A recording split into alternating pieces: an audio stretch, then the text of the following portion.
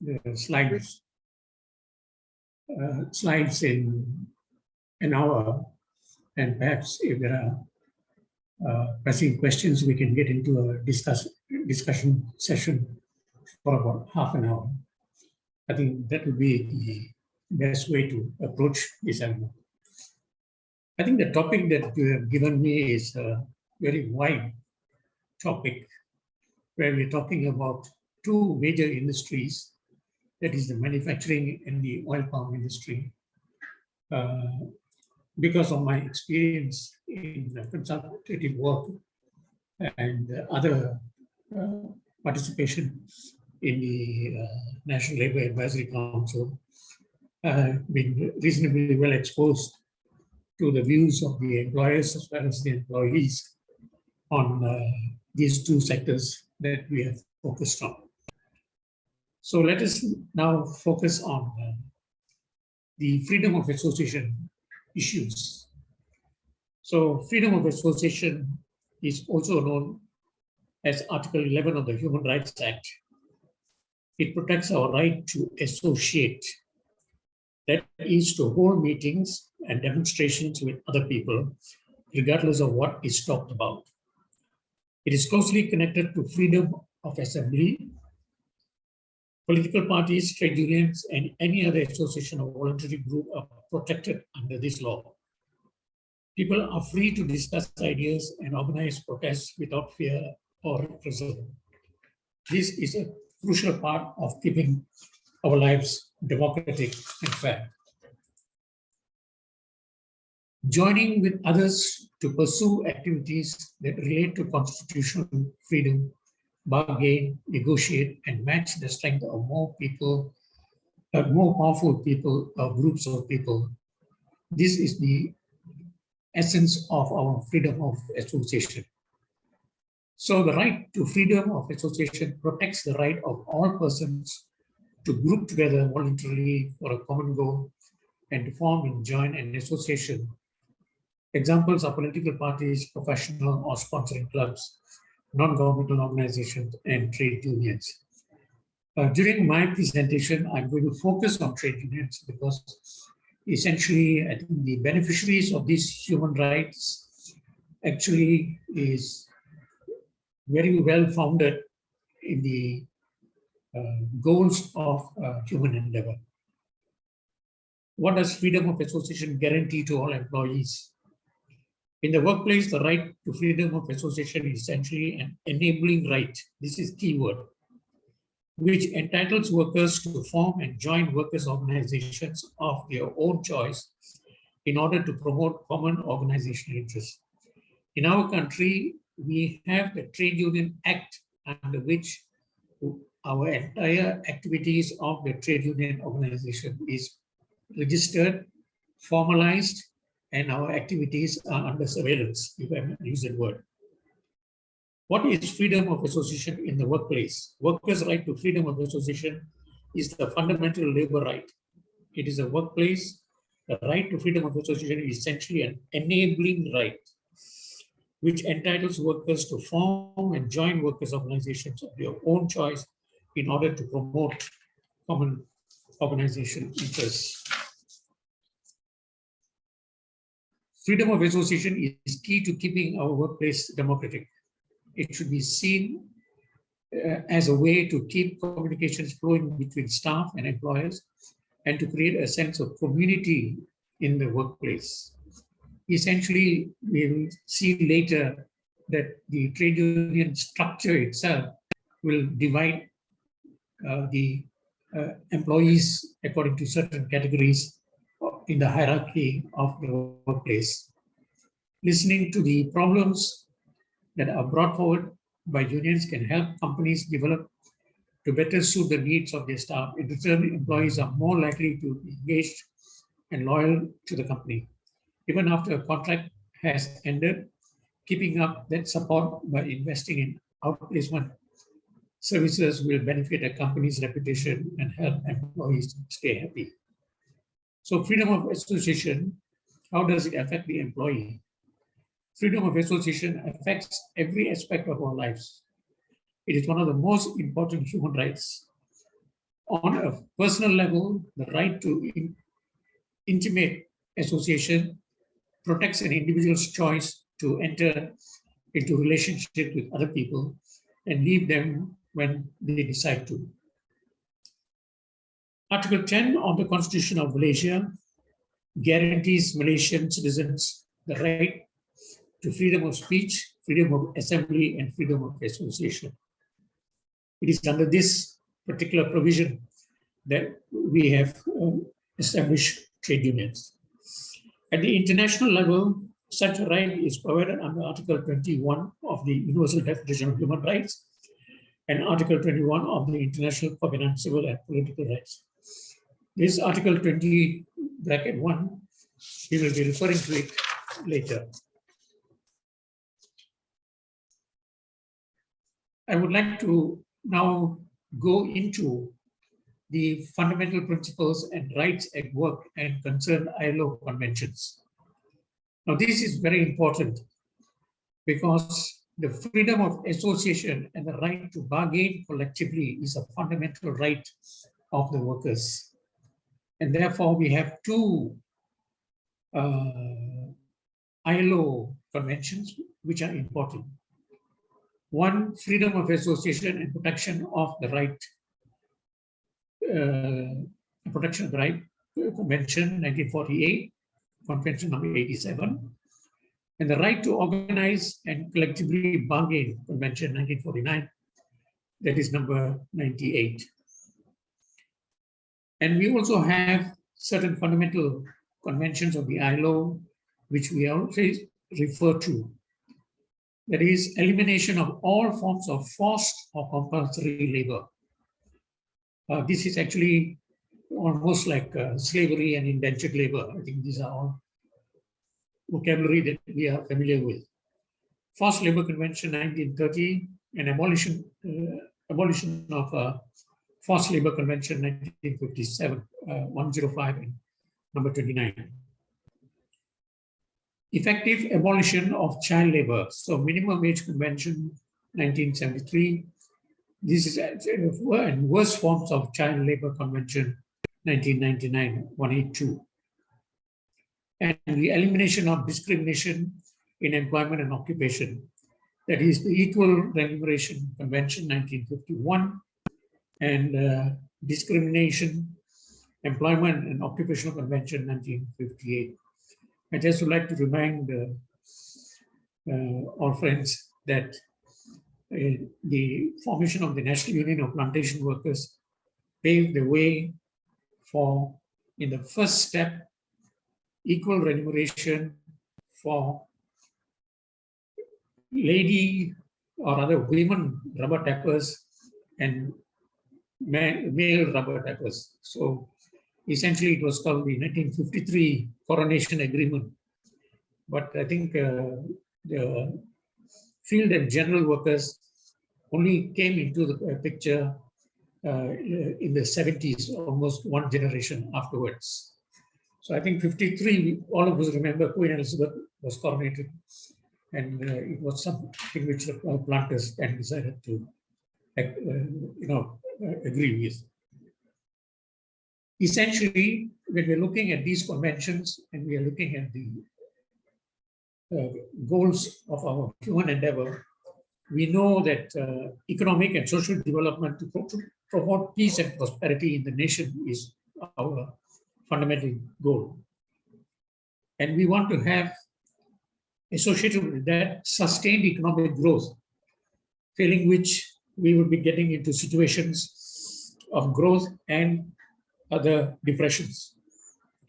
An equitable distribution of income and wealth in society is a prerequisite to ensure that we are able to move forward.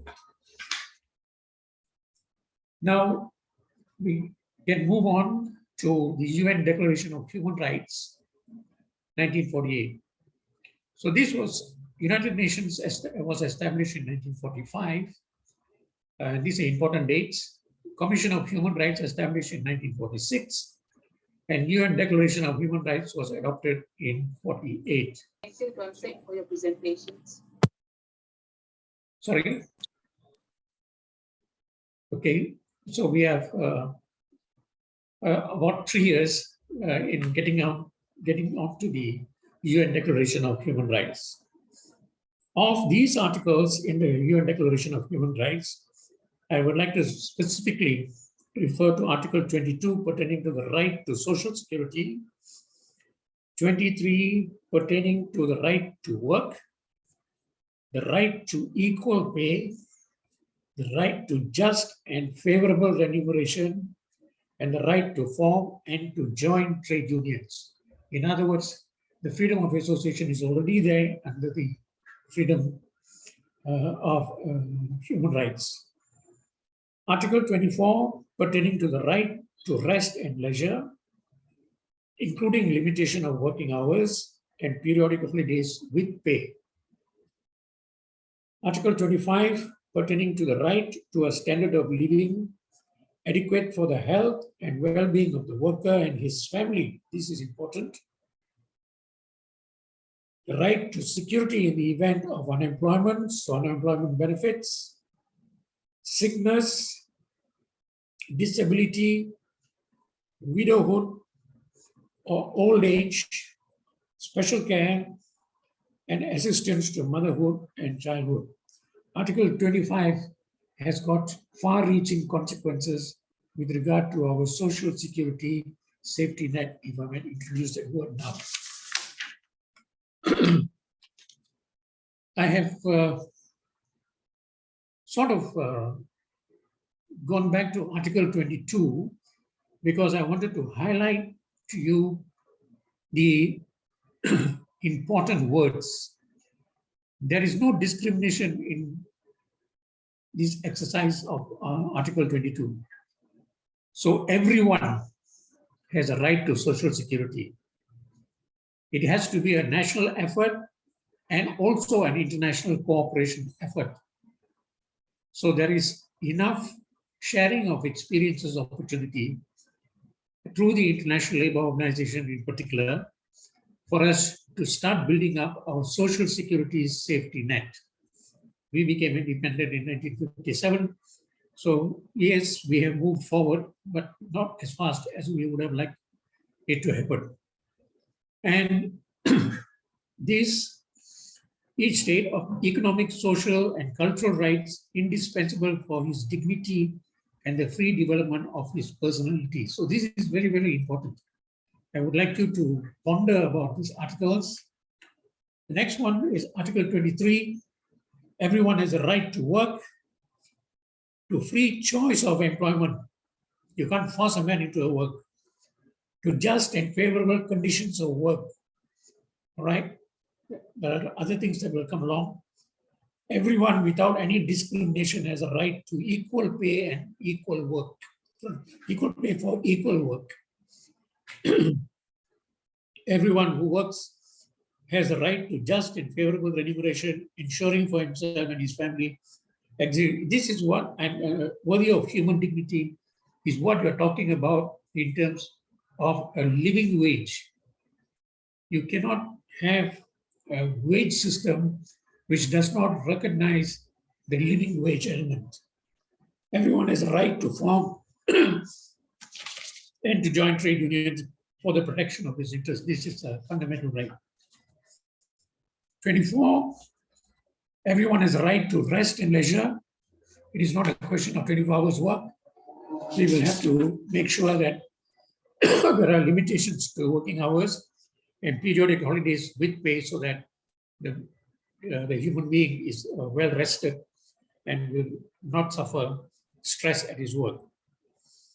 Article 25, everyone has a right to a standard of living adequate for the health and well-being of himself and his family. This is why I'm saying living wage, including food, clothing, housing, and medical care and necessary social services, and the right to security in the event of unemployment, sickness, disability, widowhood, old age, and other lack of livelihood in circumstances beyond his control. All this will get into the safety net, that we social security safety net that we're talking about. Motherhood and childhood are entitled to special care and assistance. All children, whether born in or out of wedlock, shall enjoy the same social protection. The next thing is to look at our labor legislation. If you look at our labor legislation, there are three compartments. One is the regulatory part of it, which is actually the trade union registration, trade union functions, trade union accountability, all that will come under the Trade Union Act. And there is an industrial relations process where employer-employee relationships are regulated through the Industrial Relations Act. With regard to standards, we do have, example, the Employment Act, which sets the minimum standards. It is not the maximum, it is the minimum standards.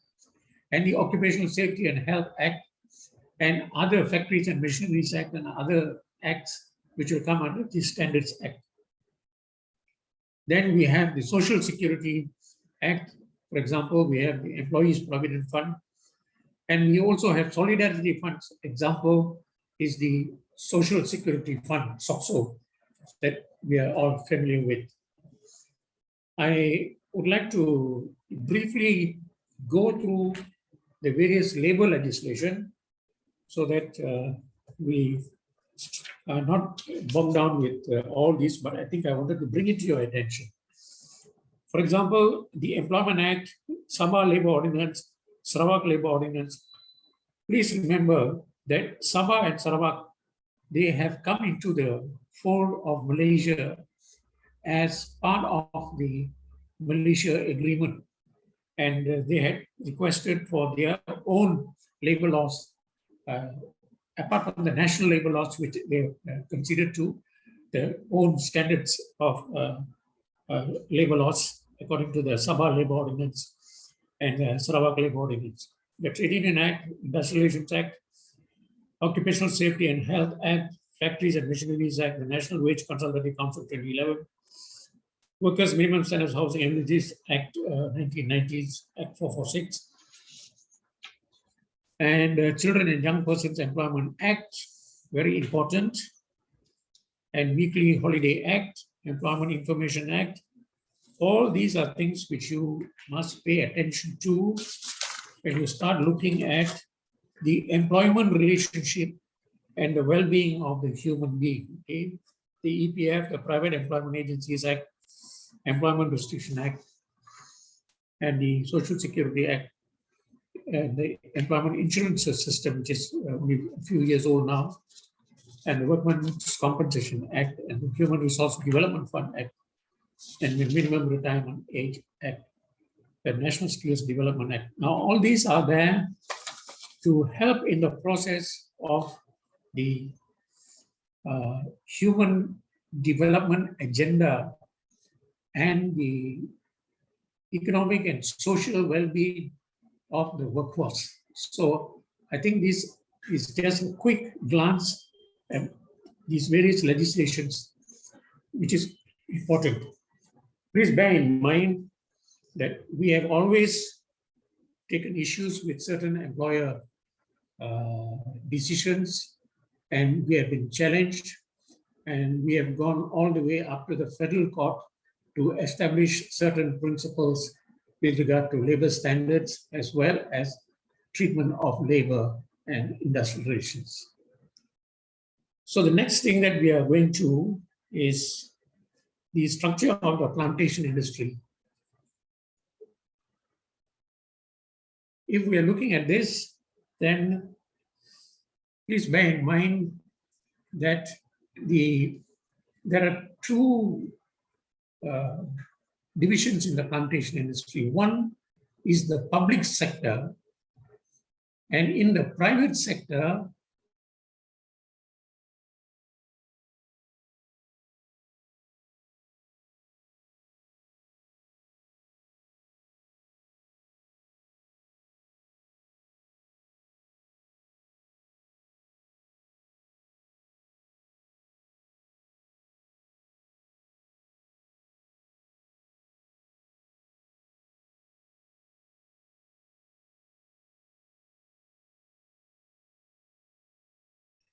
Mr. Nava, can you hear me?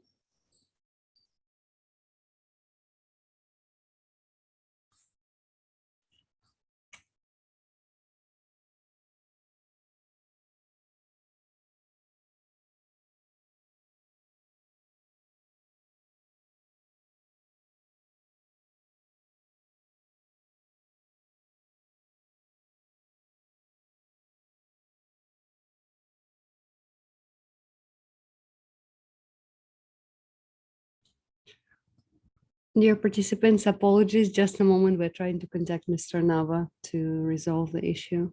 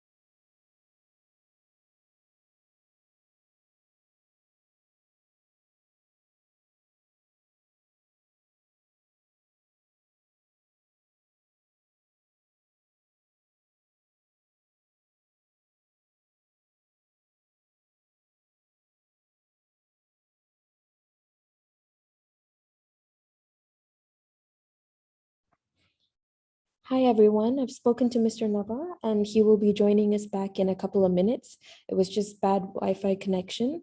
So thank you for your patience.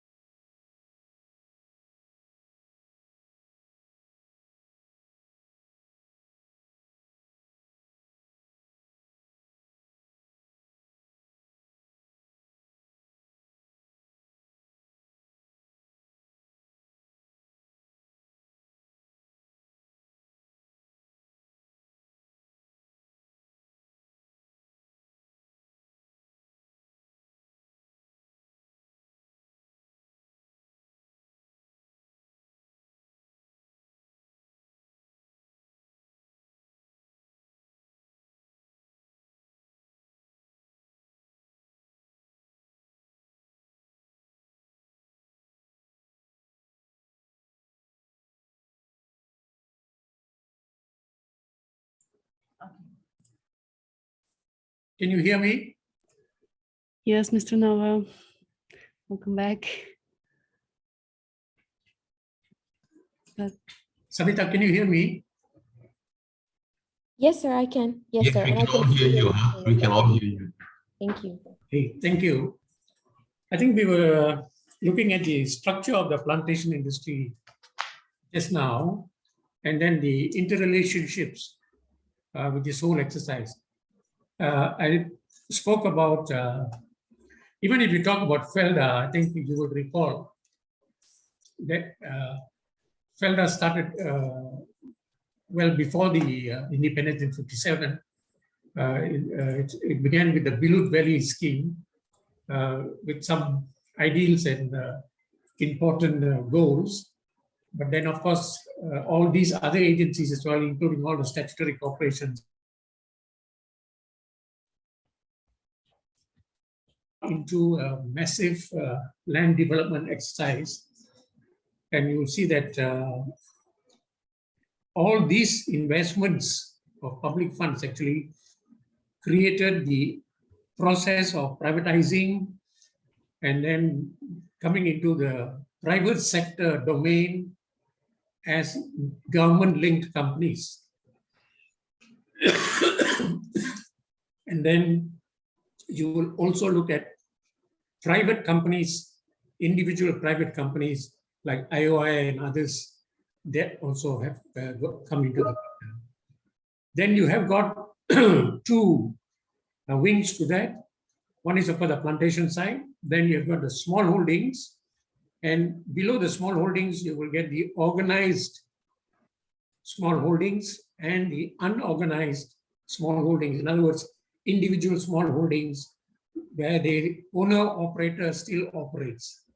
Now, this is the entire structure of the plantation industry.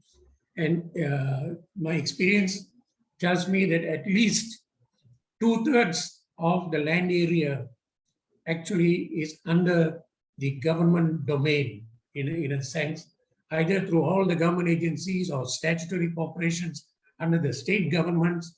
They are all there. Plus, you also have the public companies which were bought over, I think, in the late 70s by companies like Sandabi, Golden Hope, Guthrie's, and all that. They've all come under the government-linked companies. So this is the overall structure that we have at this point in time. So what are we looking at? We are looking at a planted area of Peninsula as well as Sabah and Sarawak. What is important is for us to bear in mind that we are almost close to 6 million hectares. It's not a small area. It's a 6 million hectare based industry for the plantation industry. Under this situation that we are talking approximately on a ratio, man-land ratio of 15 hectares to one person, then you're really talking about almost 400,000 workers. And we all know what the scenario of labor supply to this situation is. I think we can recall a little bit about this plantation industry throughout history. I mean, we all know it from our own readings, as well as we also know the experiences. Like in my case, I'm second generation indentured labor, so I know what we went through. Essentially, I think if you look at slavery as the first point, and then I think during Abraham Lincoln's time, we got rid of the slavery element, but still it was replaced by indentured labor. And a lot of the Commonwealth countries actually used indentured labor to be taken to work in, for example, in sugar plantations in South Africa, in the Caribbean, and also in Latin America, also British Guyana, all that, and Mauritius, and the Indian labor also being brought into Malaya, Fiji. And I think we all know this history very well, so we don't want to labor that. But enough for us to say that, yes, if we look at the formation of Malaysia and then we look at this, literally felling of the forest and going in for expansion of plantation area, be it oil palm or rubber. And I think we have something to look back and ask ourselves some critical evaluation of this entire exercise. Next. Now, if we're looking at the palm oil exports, we are talking about 17.3 million tons in 2020. And of course, this is not a small amount, and we are looking at 72.3 billion business in exports. Next. Now, if you're looking at planted area by category, state government schemes, 6%, all the figures are given to you, and private estates as 61%. But I must say that the private estates also has got all the GLCs involved. So please bear that in mind when we look at this pie chart. Next. And the structure of the palm oil industry being the FFB production to palm oil mills for the crude palm oil output. And then we also get into oil palm kernel and other products as byproducts that's coming in. Next. So if we are looking at the palm oil industry, we must not isolate the mills.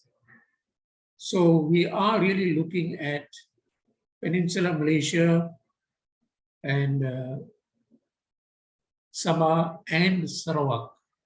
So we're looking at 240, 132 in Sabah and 82 in Sarawak. The total of Malaysia is 454, and the capacity in operation. So look at the FFB mills, the palm kernel crushers, the refineries, and the oleochemicals. All these are contributing to the economy. And now we will get into the next situation of, next one, labor force indicators. This is very, very important for us, because if we are looking at our key labor force data, 2021, we are looking at labor force participation rate at 68%, then you're looking at employed persons of 15.46, of which male and female distribution is given. And outside the labor force, how many, and unemployed is 4.5%. And the GDP per capita. Next. So manpower according to skills, we are looking at skilled workers, semi-skilled workers, and less skilled workers. Now let's look at the plantation industry. The cutters are very, very, very skilled. It's not everybody who can become a cutter, because it takes a lot of skill to, just like in tapping, it's a skilled work. Semi-skilled, of course, you will talk about those who are evacuating the fruits and who are also driving mini tractors as well as loading. And the less skilled are the loose fruit pickers and the front stackers, that kind of employment. So the skilled workers actually, it depends on whether you are reaching in certain levels of mechanization in terms of evacuation of fruit. It is not only cutting the fruit, it's important, it's also evacuation of the fruit and then onward sending by lorries to the oil mill. where the measurement of the work for the day is also determined. Next. I have brought in here some issues regarding the foreign labor distribution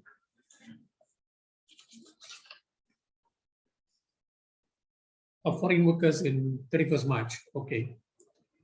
If we are looking at from Indonesia, we have got the plantation sector.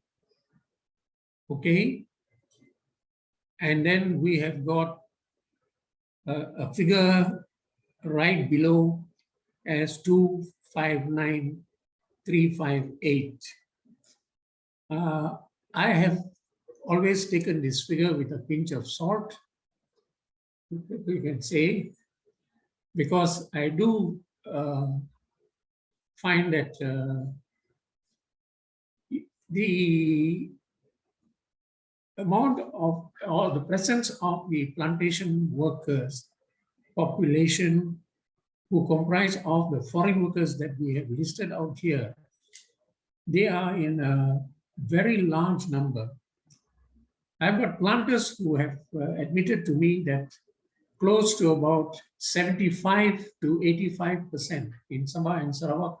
It's along Sandakan area where the boundary is very porous. There are a lot of foreign workers from Indonesia or from the Philippines who will be coming in and working, and half the family is on this side of the border and half the family is on the other side of the border. So essentially, I think what you find is a situation of foreign labor incidence in this 6 million hectares of land under plantations. For all the capital that has gone in, it has not necessarily produced employment opportunities for the local people. It has always been brought, it has always been a situation where they bring in the foreign labor, and I don't want to use terms in a sweeping manner, but terms and conditions of employment, of course, compromised, if I might use that word politely. And that's where I think the entire international community today is having grievances with our Malaysian palm oil exports. And I think we can discuss that as we go along into the situations. Next. So if we are looking at the distribution according to the states, again, the plantation industry, you can look at it. If you are talking about approximately 400,000 just now, we are looking at the foreign worker situation of 259. But I can tell you, this is not something which we can accept, because it's much more than that. Next.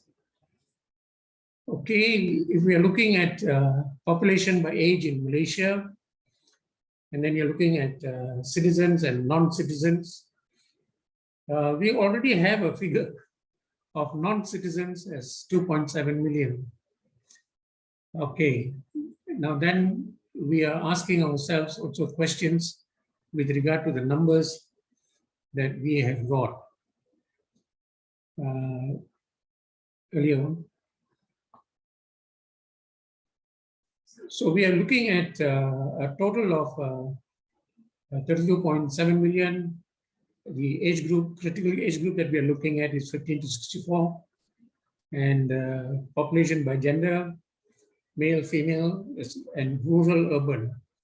Notice one important thing. You are talking of only 23.8% rural and an urban population of 76.2%.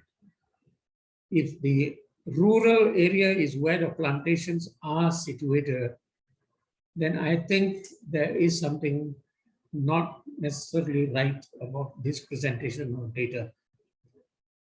And of course, percentage of citizenship by ethnic groups, that's academic. But we would like to note that population distribution between urban and rural, with the heavy area of about 6 million hectares in the rural areas, be it under whatever GLC or whatever configuration that you may have in creating that enterprises, that figure seems a little awkward to me. Next.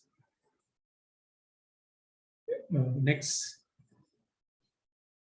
This is by age.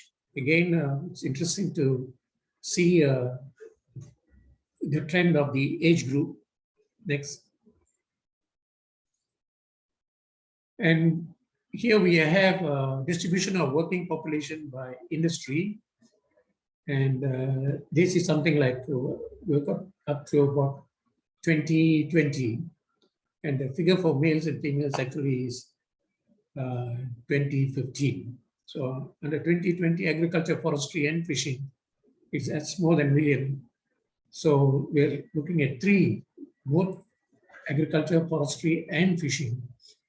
And so we don't have, this is as per the ILO standards of occupational classification. So we will also have to look at this data one more round. Thank you. Next one. Life expectancy, of course, we're doing reasonably well. We are having 77.3 for female, and male is 72.2. And of course, a total average of about 74.5, which is, I think, the gap is not, is in favor of the women. I think they tend to live longer. Next. Okay, this is also important. We have been increasing our contribution to the services part of the GDP. And in agriculture, it includes plantation. Then I think 1.7, I think, is the figure that I think we must also look at in comparison to the whole GDP, with a little bit of concern. Compensation of employees contributed 35 is about that on the wage bill. So we have to look at these figures in a very critical way before we want to go forward with deriving at certain aspects of the unfair labor practices that is present in the industries now. Next. Now, we also had in the topic about the small and medium enterprises.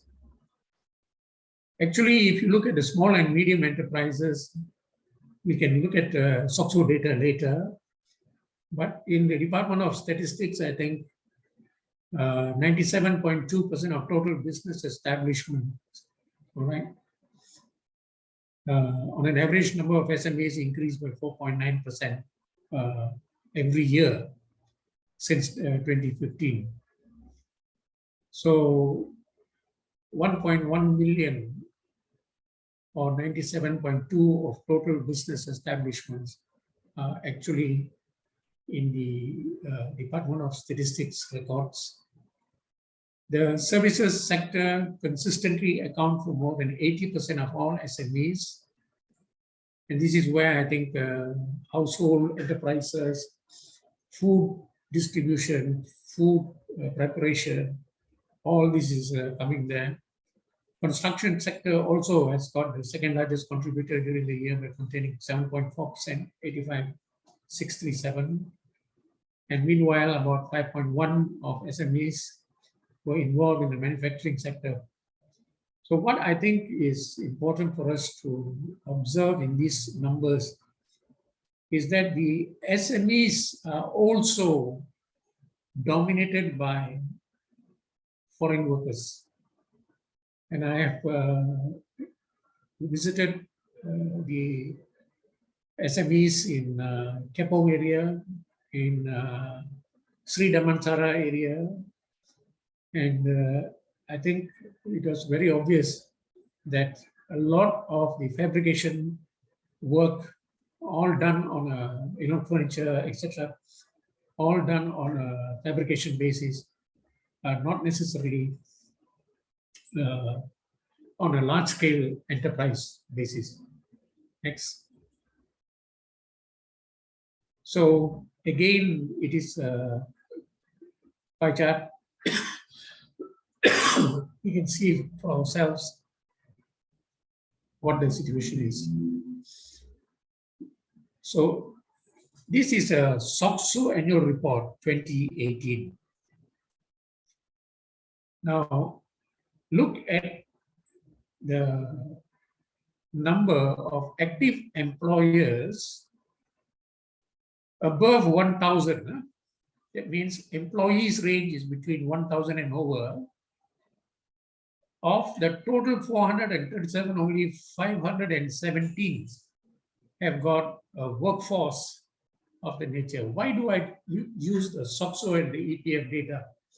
Because these are the formal labor force.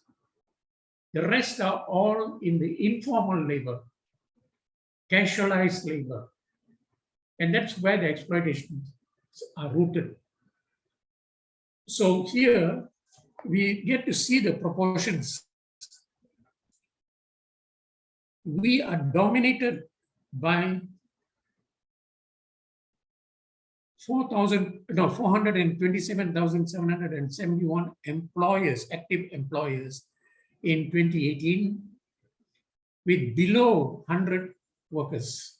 Now that's the reality.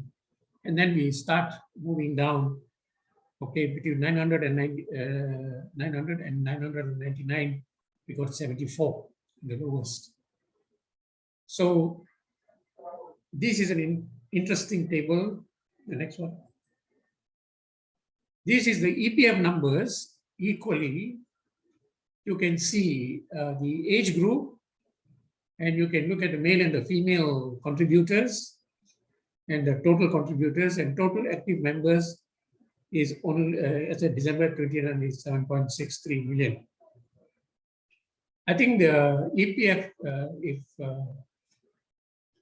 those who are interested to pursue this, please get the annual reports from SOXO and EPF, and then you can definitely go into the details of the distribution of the workers, and you can see where the critical numbers are. And I think that's very important for us to understand when we look at the formal labor force and the informal labor force. A formal labor force will definitely have their numbers captured under the EPF records and the SOXO records and the EIS, employment insurance records. So I think these data is available. It's not available. It is available, and we will have to pursue that in a critical way so that we can understand these numbers in a much more informed, better informed way. Thank you. Next. Okay, what are we looking at in terms of human rights and things like that? All we are looking at is issues in quality of life. Okay, how is the health situation? How is the human resource development opportunity? How is the employment and quality of working life? Time and leisure. Command over goods and services. In other words, is our income adequate to get the essential goods and services that we need? The physical environment where we are living in. The personal safety and administration of justice. Okay, take that with, that's very important. Personal safety and administration of justice. And social opportunity and participation. These 8 elements are very, very vital, and these will have to be examined, not just for the foreign workers who have been flooding this market, but also we have been also looking at the local workers also in the lower income group. It's a B40 group, which we will come to in a little while. Next. So what are the ILO conventions that we are looking at? The international conventions, which is being now highlighted.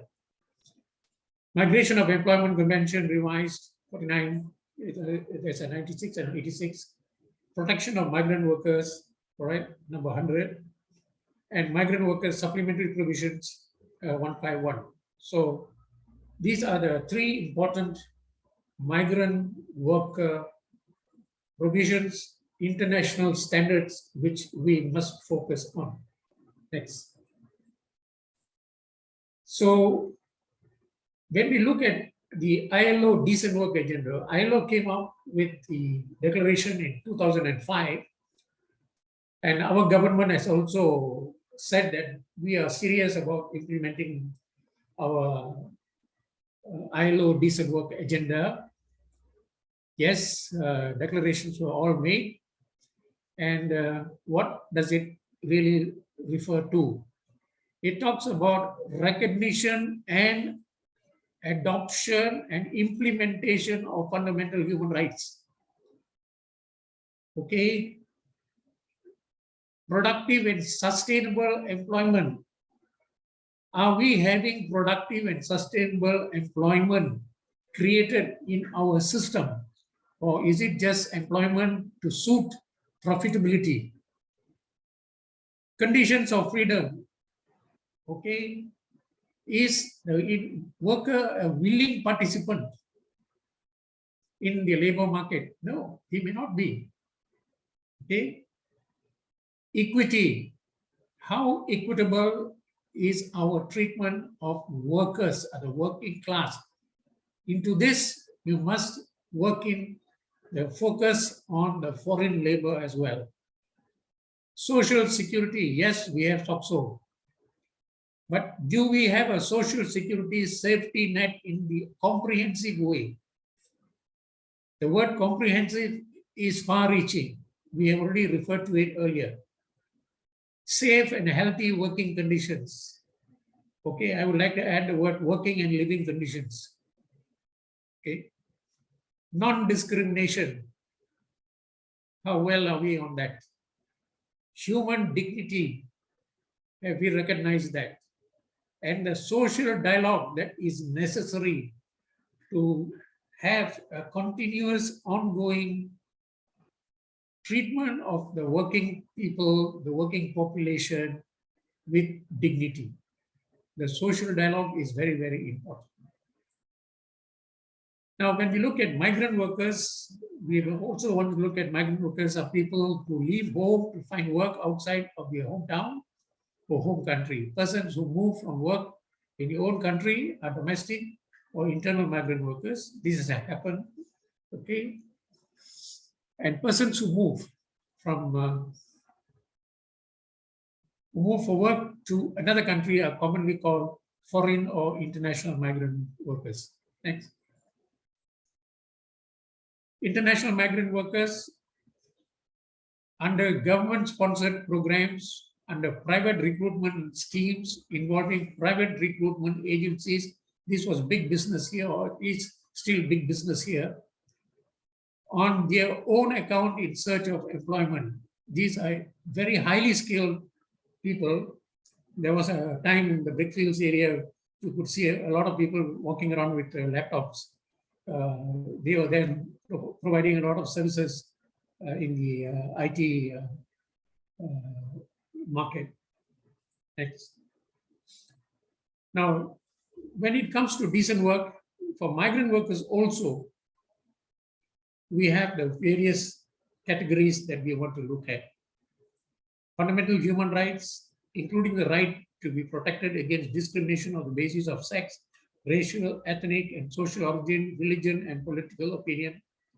Productive work as the basis of livelihood, protection against accidents, injuries, and diseases as well. And social security and social inclusion and participation in social dialogue. That's very important. Fundamental principles and rights at all stages of migration, the trade union right, the freedom from forced labor, freedom from child labor, and freedom from discrimination.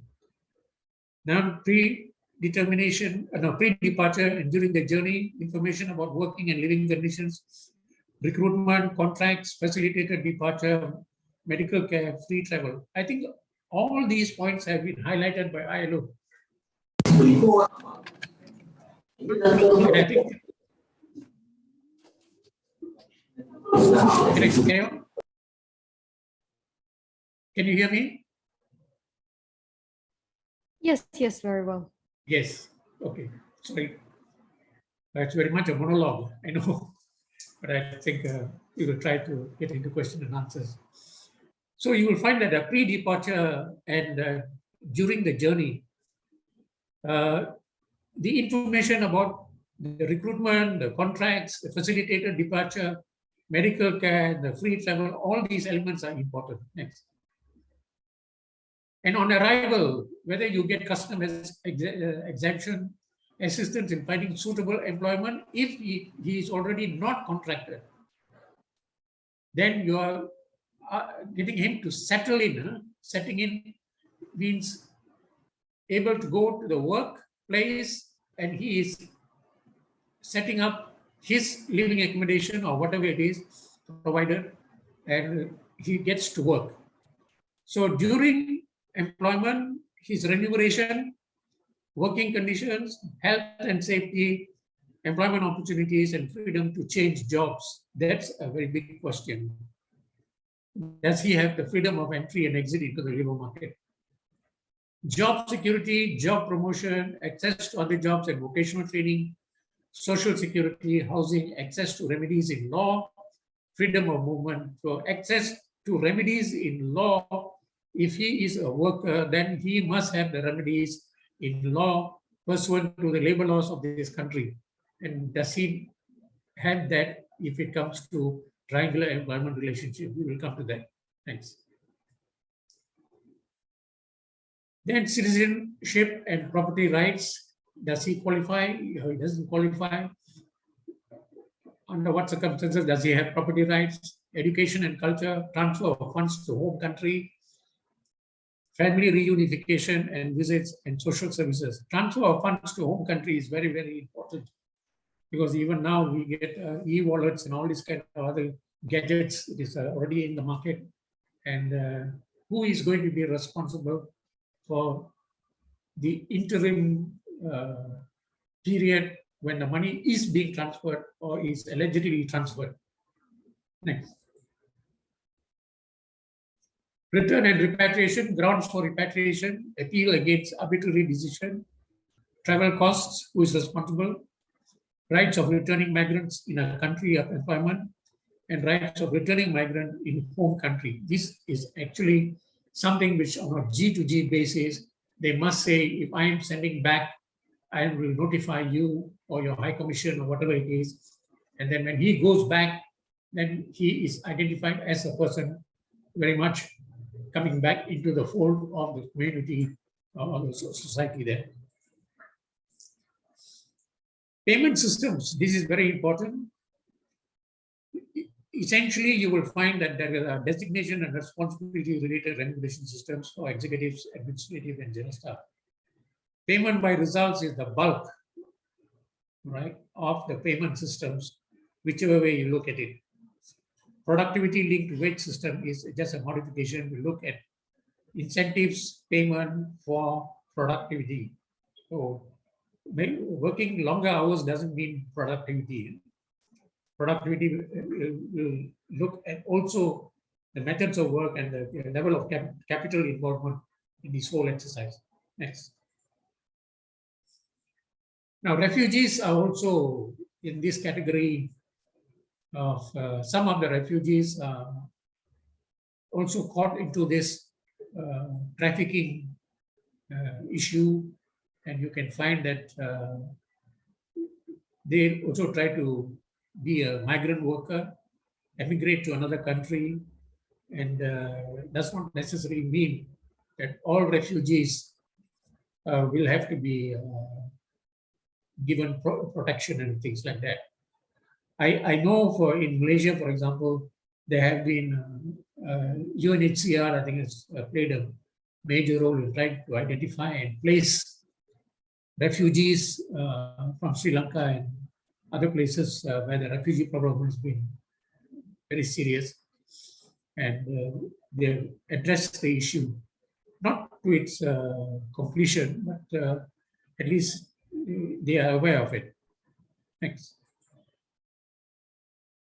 Okay, a victim of trafficking is a person who has been deceived or forced into a situation. This is very important, of sexual or labor exploitation. I think these are all important conventions, and threat and use of force and deception and abuse of power and the consent of the victim to the exploitation, and all that I think has to be looked at. We also have to look at the child. Next one. And the child is also equally important. Now, this is a famous statement by Nelson Mandela, God bless his soul. So it's about the decent work thing, and he spoke about this in the ILO once. So decent work is about the right not only to survive, but to prosper and to have a dignified and fulfilling quality of life. I think he nailed it on the head. So we should look at it seriously. Trade unions, we have voluntary associations of workers, yes. General labor unions, these are not allowed in Malaysia. National trade unions, yes, we have national trade unions. And we have trade unions specific to occupation, gender, enterprise, industry, and region. Next. Trade unions are instrumental in creating and strengthening collective bargaining power between the employees and employers. A good relationship between a strong trade union and the employer helps the workers to enjoy more benefits and see better pay commensurate with increased productivity. Next. Now, core activities of trade unions is employment, terms and conditions of employment, social security, and social dialogue. Trade union recognition. Now, this is something which I think we have to pay attention to from a legislation point of view.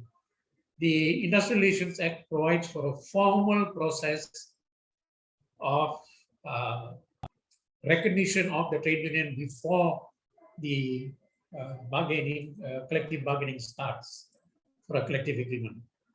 I think basically what we are looking at is these formal processes sometimes can be abused, and people can be frustrated.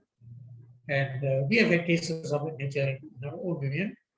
And we have taken it up, and we have gone right on to the Federal Court on questions of law, and thank God we have won.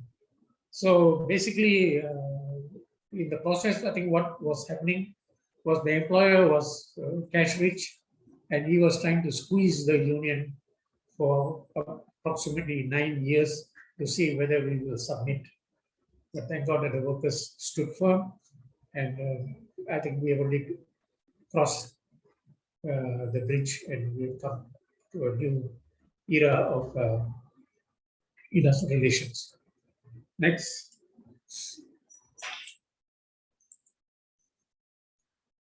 Okay, now this is a definition of the trade unions. I don't want to get into too much of the legal nuances, and I don't want to read about it. But I think what is important is it is an association, combination of workmen or employers. There are two types of trade unions: employer trade unions and employee trade unions. A collective agreement can be drawn between an employer trade union and an employee trade union. And now the employer trade union, I can give you an example. For the plantation industry, you've got Million Agricultural Producers Association, MAPA. And we are the National Union of Plantation Workers, but we do not operate in Sabah and Sarawak. Our locus standi stops only in Peninsula. So we have these kind of restrictions, but nevertheless, we are able to move forward, and we have a working relationship. And there are also other GLCs which are also coming to the play. For example, RISDA has also come into the play. FELCRA has come into the play. So we know that we are moving forward. Next. Historical influence of trade unions. Each of these countries, the colonial countries, have left their, should I say, thumbprint on our conduct of our trade unions. Well, the British and the Cold War period of the British, all that has left its mark in Malaysia. The French in Cambodia, the Dutch in Indonesia, and the USA in the Philippines. You can see their, should I say, their influence on the way the society was treated. Then you have employees, trade unions and membership, looking at employees, trade union, number of membership, private sector employees, government sector employees, statutory body and local authority employees, and employers trade unions. This is the point which I made earlier just now. Employers can also have their trade union. So if you look at number of unions, 2016, you are talking about in-house unions. This is a major revelation. Look at the issue, number of unions. We have a large number of in-house unions. What is the first point that we will find out? In-house unions necessarily means that they are restricted in resources. And you look at 78% of the trade union membership of 923, it's less than a million, huh? Actually are in in-house category. 200 members, 300 members, what can you do? You can't do very much. So that is one way of making sure that the industry-based unions or national unions, not necessarily general labor unions, but I think we should have some form of greater solidarity opportunity for workers, failing which then I think we will have this miserable state of affairs with regard to the data that we see. Next. Okay, how has it been after the war? So we have the Trade Union Enactment 1940 in July 1946. So then we had 59, the Trade Union Ordinance came into force to replace the Trade Union Enactment of 1940. 65, all right, the ordinance was extended to Sabah and Sarawak after the establishment of Malaysia. 81, the ordinance was revised by the Commissioner for Law Revision and renamed the Trade Union Act. And then 89, we have got the Registry of Trade Unions was changed to the Department of Trade Unions, and the title of the department's head was changed from the Registrar of Trade Unions to the Director General of Trade Unions. Okay, fine. All these activities necessarily contributed to the solidarity and for industry-based unions to move so that at least the workers can get together and have some resource-based activities. Next. If you look at the last column, number of trade unions and membership, look at the government, private sector, and the numbers. If you are going to look at it and statutory body, and then you're looking at number of trade unions and the total membership in relation to the labor force population of foreign workers, local workers, and industry-based opportunities for consolidation of bargaining power. I think all these numbers will give you a good indication. Next one. I think it is the same element. We are looking at it from total number of unions in the agriculture, forestry, and fisheries, mining and quarrying, and it's going on under the total number of unions and membership. You can look at it in your own time. Next one. This is continuation of the earlier table. Then we are really looking at all the number of unions in the various sectors. And next one. Why are we having multiple unions? It is outcome of legislation, the way the laws are being crafted here. Ideology-based differences, yes. Political parties also make inroads into the various unions, and they will play politics. Then political party alignments, the vote bank, So they can get a very strong union to back them up, so they'll be very happy. Then personality anchored trade unions, these are also there. Gender-based trade unions, and then union busting activities of some employers, and or they will start registering unions which will not be functioning as unions. Rivalry between ICFU, WCL, and WFTU. This is a international trade union, the first one, International Confederation of Free Trade Unions, World Confederation of Labor, and World Federation of Trade Unions. World Federation of Trade Unions was left-wing. WCL was very much church-based, and ICFU was the Democratic Free Trade Unions.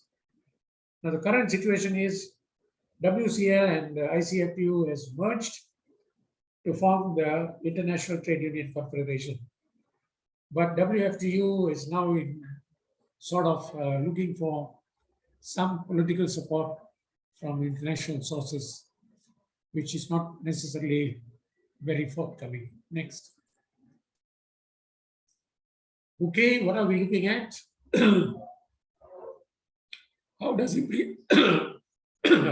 implications of multiple unions help us? We have solidarity. I don't think we have the solidarity when you have multiple unions. Collective bargaining is weakened, industrial relations become haphazard, and social dialogue is not effective. Next. Yes, we all have wonderful slogans. Unity is strength, united we stand, solidarity forever, unity, liberty, equality, and all this. All these are slogans, but very little in action.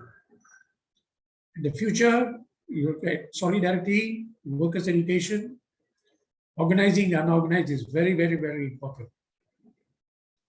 Now that you have the large population of foreign workers, and the foreign workers are divided according to their linguistic groups, and those from Indonesia according to the islands. So I know the problems that we face, even within our own union, the challenges that we have. Governance, whether we are independent, democratic, transparent, and accountable, that's very important. Professional performance of sustainability. Next. Okay, main areas of concern: health, occupational health, and safety, maternity, critical illness, contingent liabilities during employment, temporary disablement benefits, permanent disability. All these are provided for through SOCSO wherever it's possible, and it is slowly these questions are being asked. Training and human resource development. We have HRDF, then home ownership. We have the EPF giving home loans and retirement, lump sum payment, and the pensions is something which we have always asked for in the private sector, but not coming. And unemployment relief, family allowances, and special care for the handicapped. This is very, very important. I think the handicapped people are very much alive, and we must look after them and care for survivors. And I think these are also important. Next. So there are social security elements which we must have look at also, the formal and informal, and sharing and caring, and extended family, and traditional and social religious institutions, voluntary solidarity organizations, trade unions, cooperative societies, and government interventions. I think there is a huge budget allocation for handouts. I do not know whether it is going to the deserved, well-deserving people. Some critical evaluation is necessary. Next. We are looking for comprehensive social security, which is empowerment of achievement of goals of workers' welfare, and its economic and social well-being, and protection offered by society through public measures against economic and social distress. Next. Is a minimum retirement age. We have got to move to 60 from 55. But I always raise this issue. Some women, especially in manual labor in the plantations, I think come 45, 50, I think they have got a lot of gynecological problems, etc. And therefore, I think one must look at this in a very humane way. You just cannot simply start forcing them to work, and otherwise say that you can resign and then you forfeit your entire retirement benefits. I mean, these are some of the very cruel things that is taking place. And the minimum retirement age, fine. Then long-term economic development strategies, of course, we have long-term perspective plans, national 5-year economic development plans and economic policies, both micro, and sectoral development plans. Next. Globalization is important because we are now talking about whether we like it or not. We can't drink all the, or rather consume all the palm oil that we are producing. Whether we like it or not, we have to trade and we have to comply with global standards. So now we are now looking at issues of globalization in the unrestricted cross-border movement of raw materials, technology, capital, and human resources from a source of their availability to a destination of their need to achieve common objectives. Now, this is one statement, but then it has got far-reaching results if we start looking into this question. Next. The distribution of income is a major issue. Land, of course, we have studied this in economics, the rent, the wages, the interest, and the profit. But then the whole question is this done in an equitable and conscionable manner? The major question is, does labor get enough income or other wages to at least say that they have got a quality of life which is worthy of human standards? Next. Standards in employment is a long list here. Occupational safety and health, hours of work, payment systems, minimum wage, overtime work, social security, termination benefits, paid leave, paid holidays, annual leave, maternity benefit, medical and healthcare facilities, accommodation, public utilities, and childcare services, and home ownership. I think this is a long list, but this is what we want. And in types of employment, look at the formal and informal. We already touched on it. There is a contract of service and a contract for service. The preposition will mean life or death. Contract workers, self-employed workers, fixed-term employment, casual employment, and home-based workers who are totally unseen. But I think a lot of the textile industries do their stitching of buttons and the sleeves and collars all on a home-based activity basis. Next.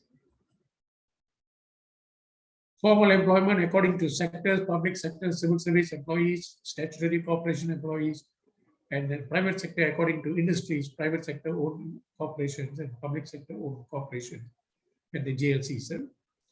Non-formal employment, incidents and distribution, you're looking at rural and urban, local and foreign labor, and legal and illegal foreign labor. This is a major problem. The illegal foreign labor market, we don't want to get into it in greater detail, but I can tell you that has been one of the big money spinners here. And then gender issues and child labor. Child labor, I think in Sabah, Sarawak, there is child labor because of the families moving. It's a very porous border, and you will find a lot of, there are also schools run by NGOs in Sabah, which is based on Indonesian syllabus. I mean, we are a nation, And the children, what sin did they commit? You can't even look after their children. Okay? But that is the reality of these issues. Okay? Next. Types of employment, because in principle, you have a contract of service and direct employees, and you have a contract for service, contractor for labor services, and a contract of service between the contract workers and the contractor. Look at these two prepositions, of and for. It can mean life or death. Self-employed contractor, it is a person who might come and work as a self-employed person. Okay. Now, and social partners in tripartism, actually, we have always said that the government must always look at our economic and social development objectives and policies on a tripartite basis, where the workers, the trade unions, where the employers and the government, all three. That is why you have the National Labour Advisory Council. Okay, then you are supposed to meet and discuss the issues of the various sectors of the economy and see what are the issues or the human problems that we have and how often and how well is it being done. Next. This is another major issue, triangular employment relationship. South Africa has banned this. New Zealand has banned this, and we are still talking about it. Always notice that the moment you have an agent or a contractor in between, an employee and an employee, where work is of a permanent nature, why do you have a triangular employment relationship? Where work is of a permanent nature, I repeat, the employer should have a contract of service with the employee. Every day he is cutting fruit. Every day he is picking loose wood. Every day he is having to drive a tractor or whatever it is that he is doing. It's the same job, but you want to get it all outsourced into a contractor's agency kind of a situation where the employer or the employee is always ambiguous. Okay, I think you think about this, then you'll understand. Focus of employers is, of course, to avoid payment for non-productive work, increase labor productivity to control the production costs. Focus of employees is the wages sufficient for economic and social well-being of workers and his family. And ILO is very important. It's a tripartite organization, international. You have the workers, you have the government, you have the employers, and the government is also represented there in the ILO meetings in June. And the ILO structure is given here, the governing body and the International Labour Office, and what they do, etc. is given next. The ratification process is where conventions and recommendations, recommendations are recommendations. Countries who ratify the convention automatically has an obligation to comply with the convention. If I don't ratify, if Malaysia does not ratify, then you are free. The obligation only starts if you ratify. So comes into force 1 year after the formal registration of your ratification. I think we have ratified now the minimum wage convention. So that's the latest that I can think of. Next. All these are ratified ILO conventions in Malaysia. Next. Next. And ratified ILO core conventions. This is, if you look at Malaysia, Thailand, and Indonesia. Indonesia is, of course, Sumatera. That means they have ratified everything. But if you look at the Thailand, it's only a few. In Malaysia, we have got 1, 2, 3, 4, 5. And that's about what we have managed to get in. Okay, next. Definition, I think section 2 I think you read this up in the Employment Act. Next. Minimum wages. Finally, I think the federal court has now given a proper decision on that. Next. And household income characteristics. This is important. See, poverty level income. This is 2017, 950. We are already 4 years behind time on this, but we can look at bottom 40% below 3,000 a month household income. Middle is 3131 household income, and top 20% above 11,000. Next, if you are looking at again the B40, we are now looking at 2019 figures. Poverty level income of already at 2,208. Then we are looking at, you see, this is household income. So even if you take 1,100 as the minimum wage, okay, then you're really looking at two working member income situation per household. And then you're looking at 2019 income range of less than 4,800. But again, there may be households with that level of income, but there will still be a lot of urban poverty pressures are very high now. Next. This is income classification for your background information with the Department of Statistics. Median household income. And then we're looking at situations of average household income and income threshold. What is it? Next. Basket of goods. If you're looking at the B40 group, where most of the working class members are there, look at the details of all these expenditure list and try comparing the price of sardines, for example, chopped ayam, together with, say, 10 years ago. You can see what the price is like. Next. Collective action initiatives, trade unions, and in the society, we have cooperative societies and we have formal and informal economic and social institutions or education foundations and group insurance in the trade unions. And we also have in our own union a PPA foundation. Okay, so we have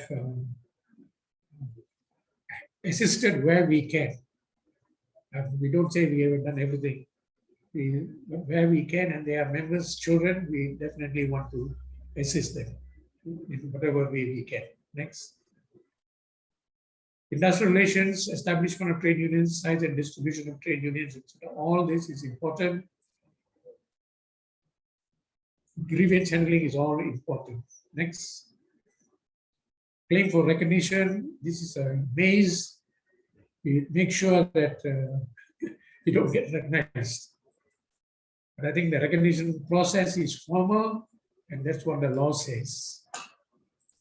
Next, collective bargaining is equally there.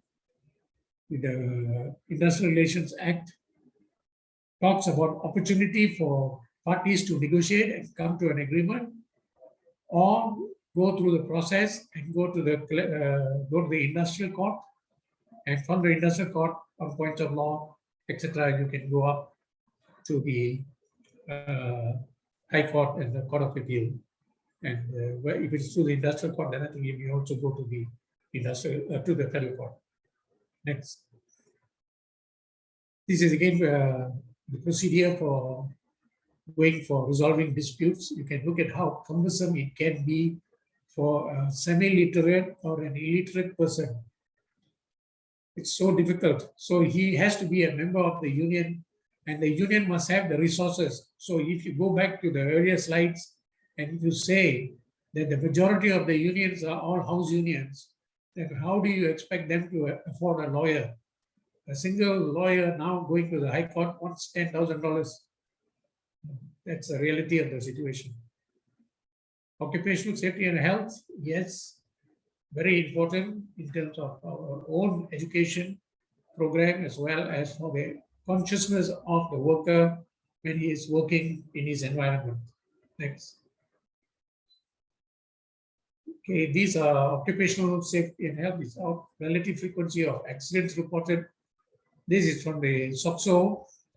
You can see that a number of accidents reported, and the industrial accidents and all the details are there. This is for information. It is not easy because you will find that occupational safety, commuting accidents is a major problem. Next. Okay, we have got the EPF fund, we have got a SOXO, we've got the EIS, the Workmen's Compensation, and the Employment Act provisions also, sometimes the holidays and all that. And Social Security contingency payments, we are looking at medical care, suspension, sickness, maternity, occupational injury, old age, invalidity, death of breadwinner, and unemployment, etc. Next.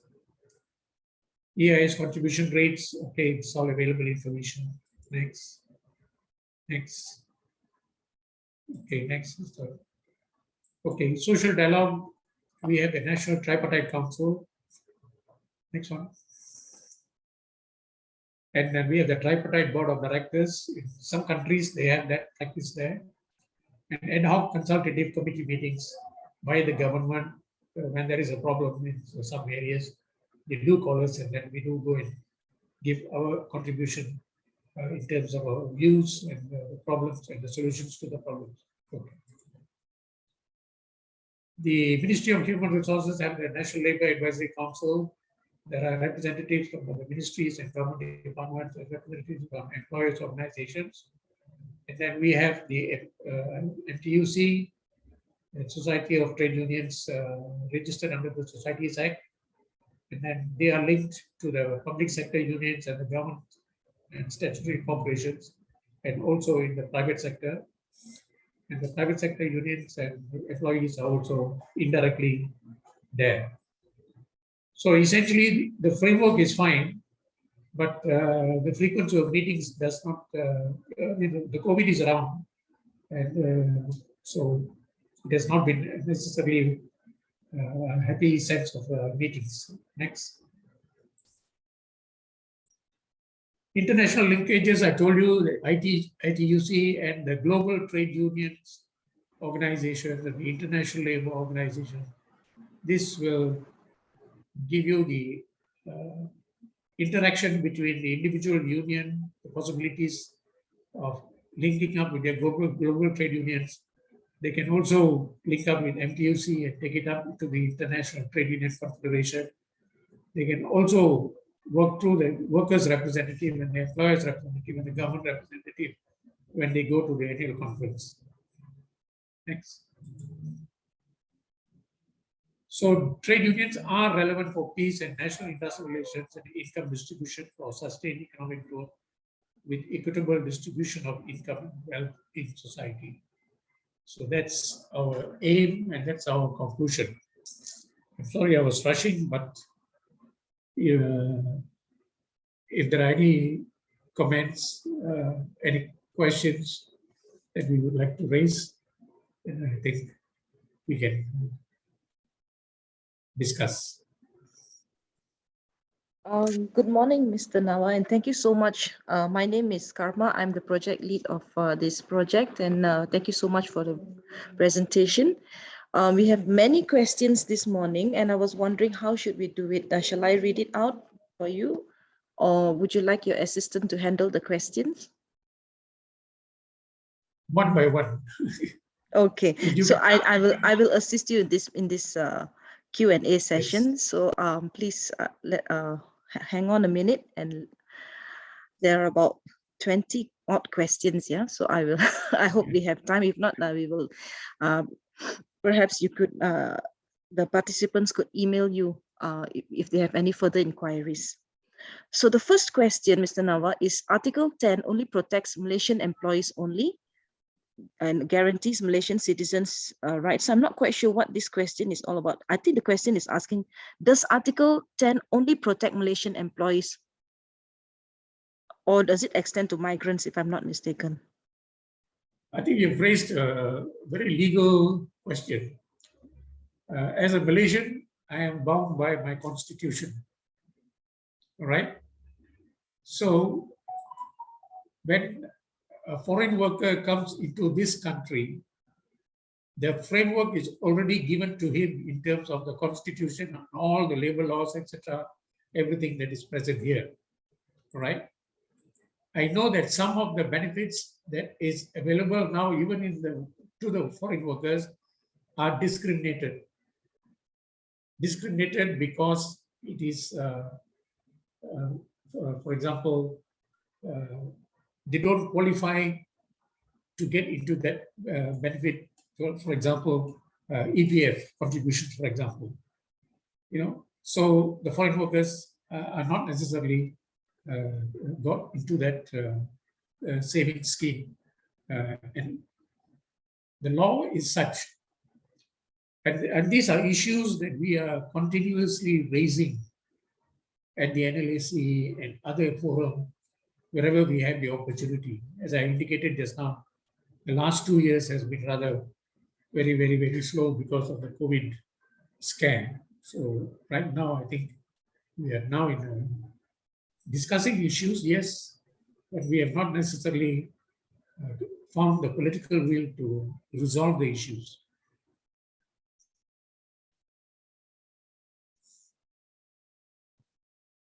Okay, thank you very much, Mr. Nawa. I will read out the second question. Okay, can you comment on Malaysian Federal Constitution, which states that the freedom of association is for citizens only, which means that migrants are excluded? No, I don't think so, because you will find there are other legislation in the trade unions and all the rest of it. It only refers to workers. So essentially, for example, if it is a foreign worker with a regular employment, all right, and not through necessarily the triangular employment relationship, I don't want to get into a lot of details about these things, but I know, for example, Section 2A and Section 33A in the Employment Act, how difficult it was for us to get these things inside. But still, the government holds the key to getting it implemented. You see, we can bell the cat, but if somebody takes away that ringing tone out of the bell, then I think nobody knows what's happening. 33A looks, for example, 33A in the Employment Act requires mandatory registration of all contractors for supply of labor, because we wanted transparency. We wanted transparency so that at least we will know that in Plantation A, for example, there are so many innovations, so many Bangladeshis, so many engaged in these operations on a contract for service basis. Then you can address their grievances in terms of saying, okay, my wages have not been paid properly. I have not been given proper measures for my work done. Now, these are grievances which will come on. So essentially, I think what has happened is 33A is there, not implemented. 2A, the government holds the key. The government may, the word may, M-A-Y, discretionary. The word may was introduced so that it is a discretionary provision, or rather the government can decide whether to allow contract of service or contract for service. I think these gimmicks which you must look at, like, if you are having proper thorough discussion on this, please come and visit me, then we can sit down and have a chat. Thank you, Mr. Nawa. I'll read out the third question. Mr. Nawa, how do you interpret those undocumented workers? Do they have the rights to work? You're talking about undocumented workers. You see, I don't want to get into a lot of discussion on this particular topic because you have really opened a can of worms. The fact remains, if you are an undocumented worker, then how is it being allowed to thrive in this environment? This is the reality of the whole situation. You have asked me a question, yes, but I cannot just, give an opinion on it.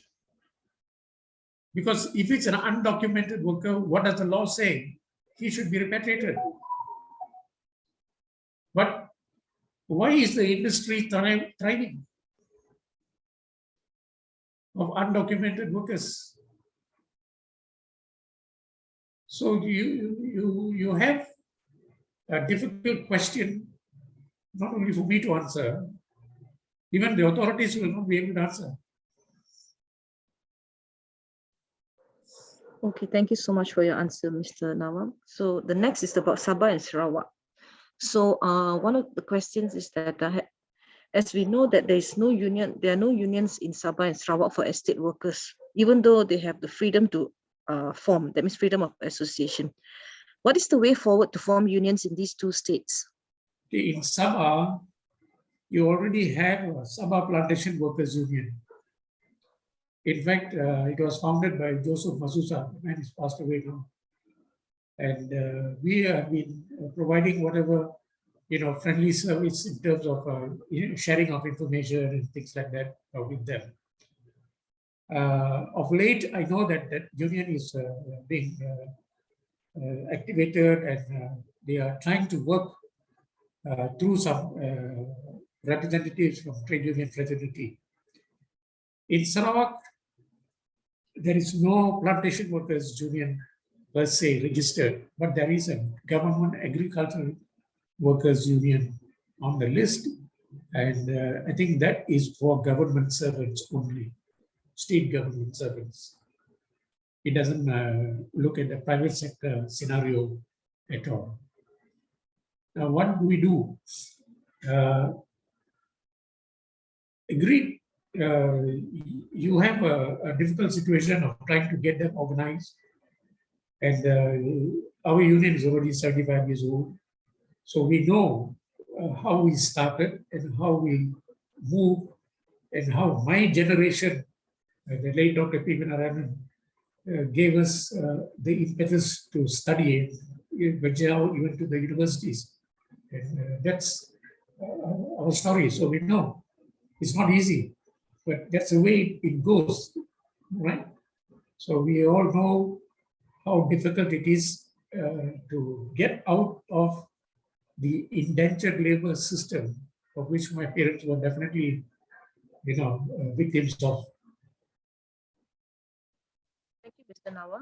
The next question, what is the mechanism of forming the union? Are unions formed by workers, for workers, or who actually forms these unions? How are they established? The trade unions, if you look at the rules, if you see a large number of house unions, it is because of the workers there want to have a house union without necessarily knowing the limitations of what the capacity of their opportunities for taking on the employer, if necessary. I'm not trying to say you must be quarrelsome, right? We have very good relations with parties that we have gone all the way right up to the federal court. It doesn't mean that a difference in opinion means something personal. No, we just felt that we have a different point of view, and we definitely wanted, argued in the highest forum. So essentially, I think when we look at the realities on the ground, and we look at the issues on the ground, and then whether we ask this question, are we trying to plant a union there, or are we trying to get the support of the workers? See, we are an industry-based union in Peninsula. we cannot go and organize in Sabah or Sarawak. So in Peninsular Malaysia, we have always done what we have done. I know that the odds were against us. I can tell you, for example, it took us, in the case of Govindapillai versus Kinrara Estate, Kinrara is no more an estate, it's a town. Kinrara Estate, it took us 20 years before the late Justice Arun gave us a judgment 1 month before his retirement from the federal court judge bench. Govindapillai was dead. The Chinese employer who employed him was dead. And the claim was only 20 ringgit. What a justice. And you do this to ordinary people, semi-literate. All right? I say semi-literate because I'm quite sure he must have said his prayers. So I'm saying, I can appreciate your questions, but the reality of the circumstances in which you address poverty and try to find remedies for that is something else. We cannot, once judgment reserved takes 20 or 21 years, or it takes me nine years to move from the industrial court right up to the federal court on a question of a word, may and shall. There you are. And thank God we had friends among the legal fraternity who helped out. But that's a reality. The odds are against the working class. That's a real part of it. Thank you, Mr. Nawa. Do you have time for a few more questions? Well, we have started, so Thank you very much for being so accommodating. So the next one is actually asked by an auditor who audits MSPO standards. Yeah. Yes. So he's asking. He's asking about principle for indicator 4.4.5.13.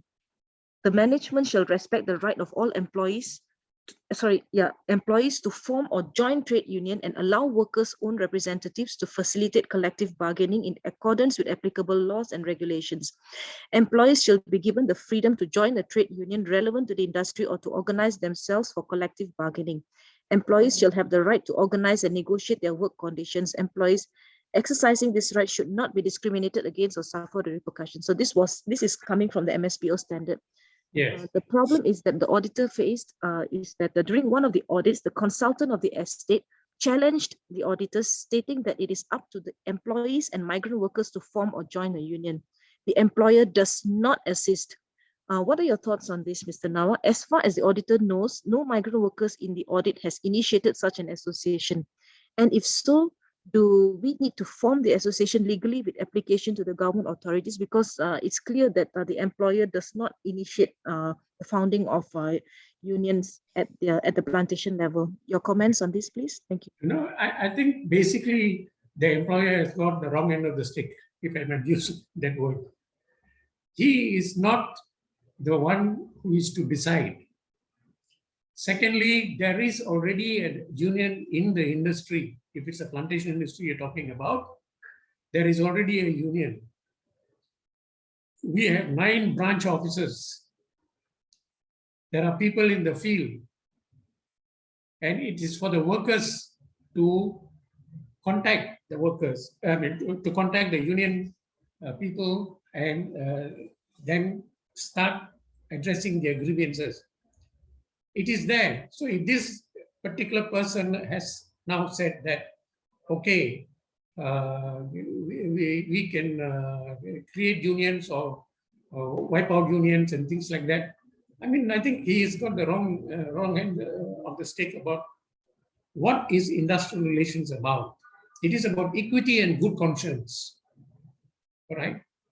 If you talk about equity and good conscience, how can you even think in the manner that you just said that somebody in the employer side has said that? The phrase equity and good conscience is not a phrase which is I picked up from the air. It is there in the statute. Look at the IR Act. I believe that the auditor has also made some additional comments and given the context. He said that the plantation is in Sarawak and the workers are largely undocumented workers. See, the point is,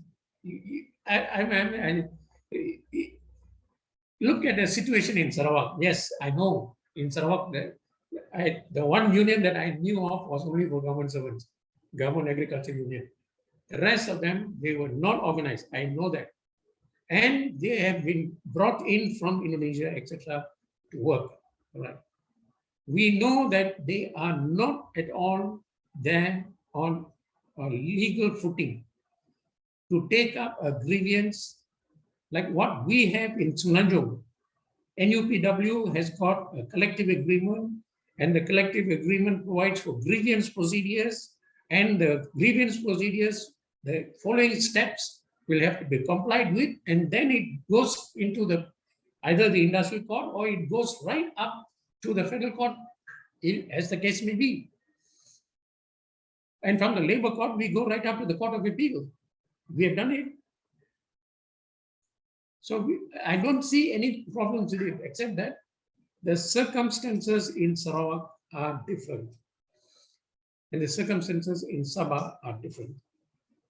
So essentially, it is up to the local trade union leaders who know the issues of the problems there, and together with the appropriate labor department, JTK, or JPP, Jabatan Perhubungan Perusahaan, we should then move forward. It's not going to be easy. As I said, when I recall, I did not meet Joseph Masusa, but I've heard of him when I came back in '74. So I knew that he's not a yesterday man. Thank you so much, Mr. Nawa. So the next question, does migrant employment contract allow migrant workers to join unions?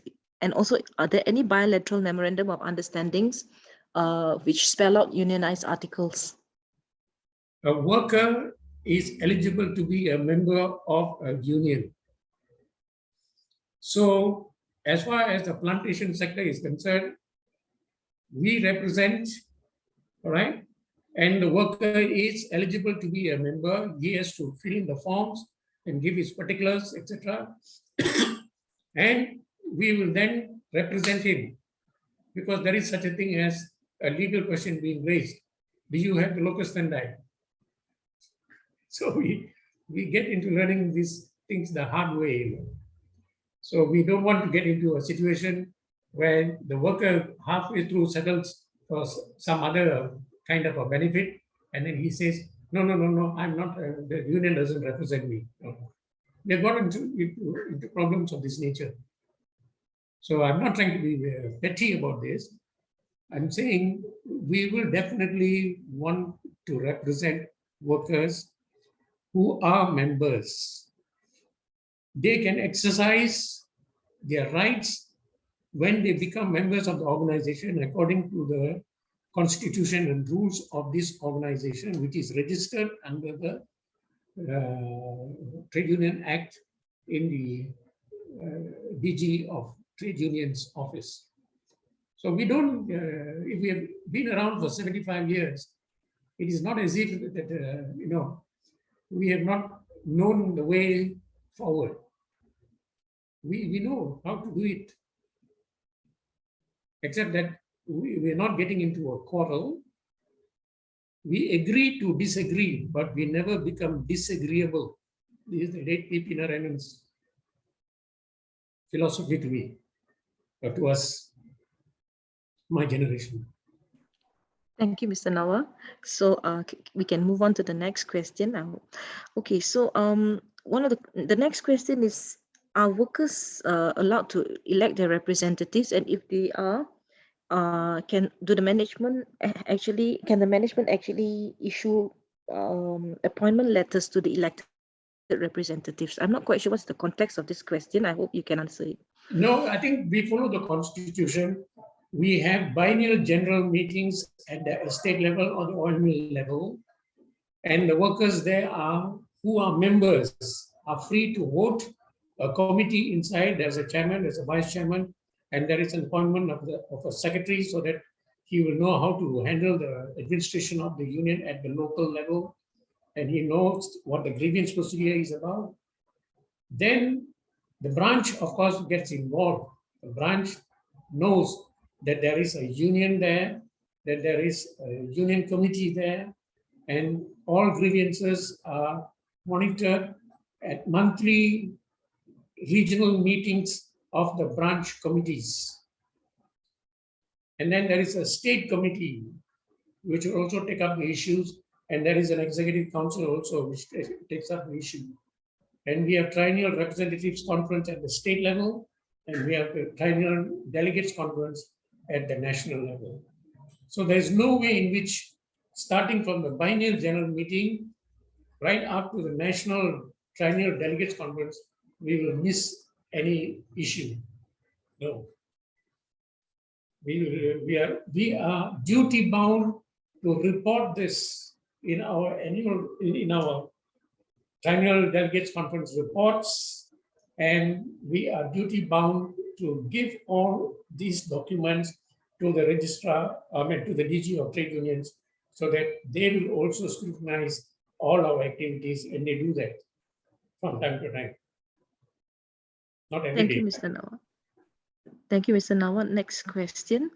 What are the advantages of being a union member? And also the follow-up question from the same person is that if the company is not a union member, do they need to follow the union rates for their activities? Yes, I think once the company by practice has condoned, because we have won a case in Kota Baru in Kelantan, and then the employer decided to go up to the Court of Appeal, and the Court of Appeal ruled that by conduct he is liable. So they will try every twist and turn, okay, to look at illiterate and semi-literate people to frighten them. But this is a real case which has taken it step by step by step, and we have finally resolved it, and all the areas were paid. Of course, the employer is trying to try another opportunity. We're not just going to just let him do it. Okay, thank you, Mr. Nawa. The next question. Can unions actually come up with a rights list for migrant workers? For example, consideration regarding reproductive rights for migrant workers. Is there such a list which includes the rights of migrant workers from NUPW, for example? Thank you. The point is, everything in the collective agreement is an obligation on the part of the employer. And it is our duty to make sure that the workers who become members, their issues are taken up, and we will do that. There's no doubt about it. Okay. As I said, we have got so many cases which goes up to the court procedures, and we will go on there. The crux of the matter is we are not trying to say that we have a rights list only for foreign workers. No, no, no. We don't discriminate. As far as we're concerned, equal treatment is one of the principles. Thank you, Mr. Nawa. Okay, the next question. Are there any guidelines to set the target of productivity for workers by NUPW? Yes, if we are looking at issues of productivity, there is a local committee which will raise the issue, and our branch secretary will be there on the estate to discuss the nature of the problem that is being raised.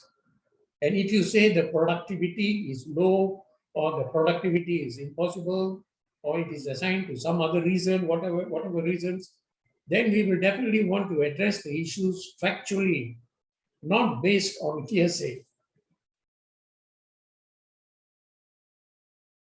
Thank you very much, Mr. Nawa. The next question is also from an auditor facing some issues during audits. So the issue is that about payment systems during rainy days. The question is, what are the rules? There are estates who do not pay daily paid migrant workers during rainy days, and there are no other jobs available. So what does the union law say about this? Thank you. No, the whole issue is there is a grievance procedure. What is the impediment to the work being performed? All right. What is the impediment for the work being performed? Even in certain estates, the rainy season, we recognize it, and the employers also recognize it. So we will definitely want to look at it from that point of view. It is not as if, if it rains, right, then there's no work for the day, and the employer is expected to pay. So the question is, what is the nature of impediment for the work to be done?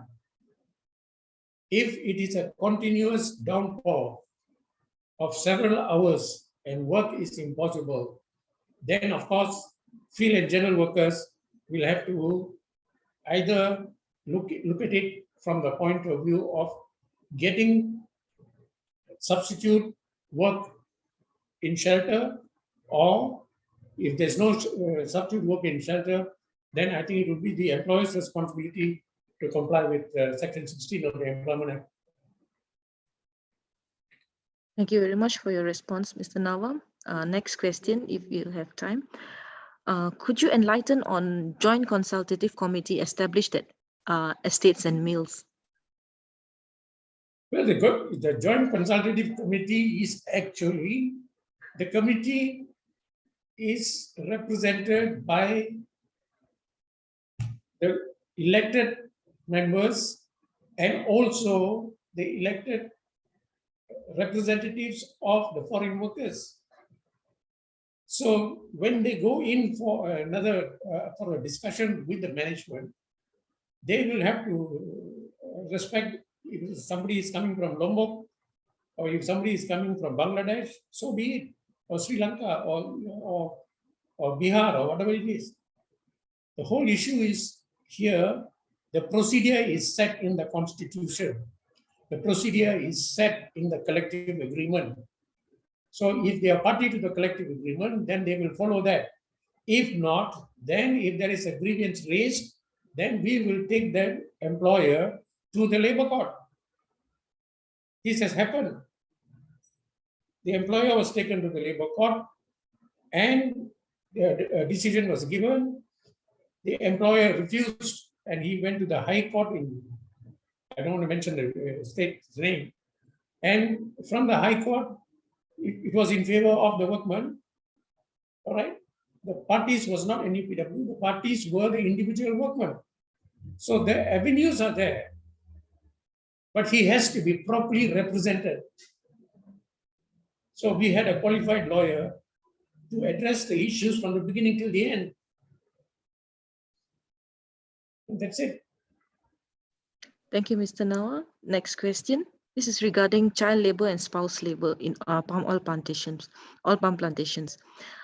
Is there anything that trade unions can do in order to curb, child labor and spouse labor in plantations? Thank you. See, the question of child labor in Semenanjung is very, very rare. I can tell you that. But in Sabah and in Sarawak, yes, I know. There is this traffic of migrant workers coming in and working. And one of my friends has just returned from Sarawak, and he was telling me about the Indonesian migrant labor, all of them illegal, but he is from the management side. So he was telling me how difficult it was for him to get the thing organized. Agreed. These are issues which some of the NGOs have raised it, because it is not a term and condition of employment, right? And this is why I think in Sabah, for example, I've told you they have got schools run by NGOs. based on Indonesian syllabus so that the children do not get deprived of their education. I think the employers must wake up to the reality, and the government must also wake up to the reality that if they are people who are going to go back and if they want to study in the Indonesian syllabus, so be it. Why do you want to deprive him or the child of a future through education? These are human questions. These are all not written in the law. Thank you, Mr. Nawa. The next question, what is the difference between trade union and labor union?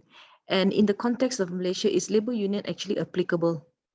Or is it trade union? Which one is it? Thank you. Our laws only refer to trade unions. But I know that the word labor union and trade union has been used interchangeably. I'm aware of that. But what we are saying is, if you look at the document passed in Parliament, it is the Trade Union Act. All right. Similarly, the Industrial Relations Act, the process. Then the Employment Act. All this labor legislation is all there through an act of Parliament. So whatever terminology is in the act is what we use officially, and whenever lawyers go to court, they will use the appropriate terminology according to the act, not as we please. If we are doing something for the worker, if we are a party, that means the union is a party, yes, we will say so. If the worker is the claimant, then he will say, okay, I'm a member of so and so in the union,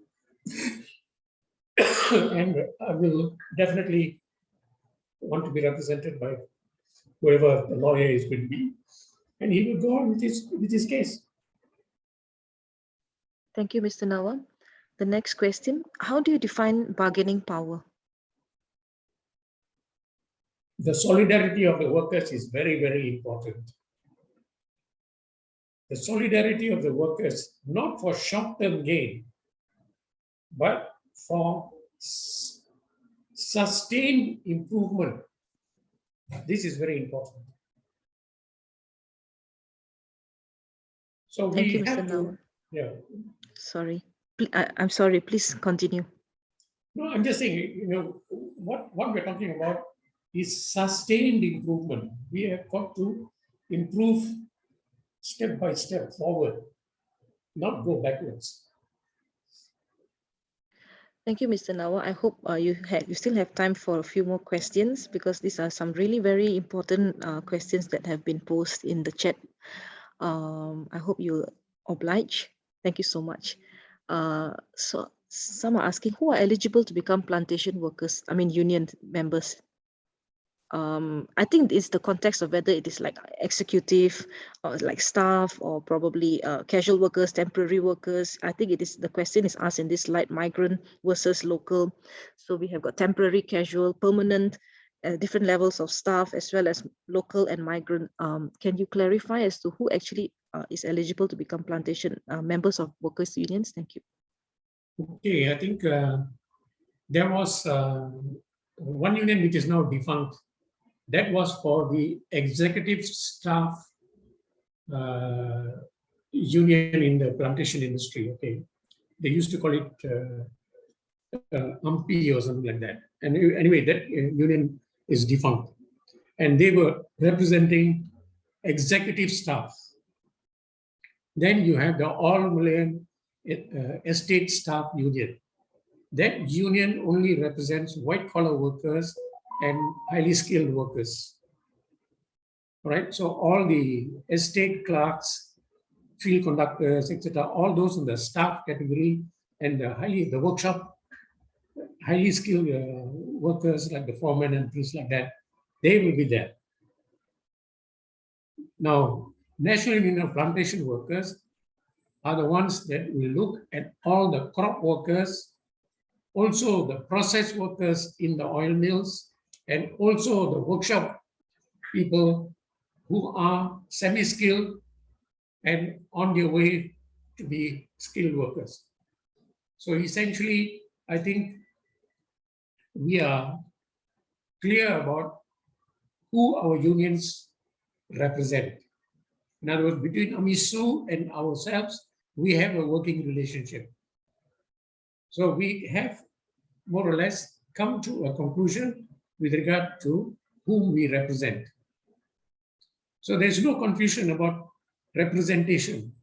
The whole question is, when foreign workers come in, all right, then you can talk about all kinds of unfair labor practices which will contribute to the restraint exercised on the foreign workers to become members of the union.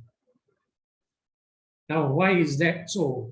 Because basically, if they want to say, okay, why do you want to pay subscriptions? What is your problem? You come and tell me, I will solve it. No, this kind of talk, he doesn't know the law. He doesn't know what his obligations are. He doesn't know what is his expectations, whether it is realistic or ill-founded. So we must know the context in which a grievance arises. And for us to pick it up, we must go into a situation of finding out the truth, the whole truth, and nothing but the truth. That's Further very to, thank you, Mr. Nawal. Further to the question just now, I would like to also pose a question from my own side regards to plantation workers' eligibility. Companies generally, they do not inform the casual workers and temporary workers that they are eligible to become workers, union members, and also they only focus on long-term contract. For example, if they have a 3-year contract. So this is my personal experience in auditing. So which means that those who come in casually, like seasonal workers, they are not actually included. They are not considered in terms of union membership. Can you comment on that, please? Thank you. okay. Then who decides whether they are casual? For me, it's like it's simple. If work is of a permanent nature, in other words, every day this man goes out there, he is collecting those food. Every day he goes out there, he throws the rotten bunches and then he stacks the fronds.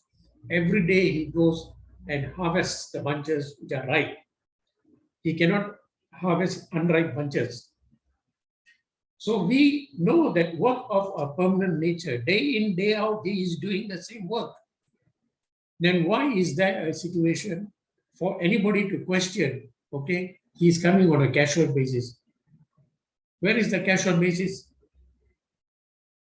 So actually, these are just, excuses created for avoiding the exercising of the rights of the workers.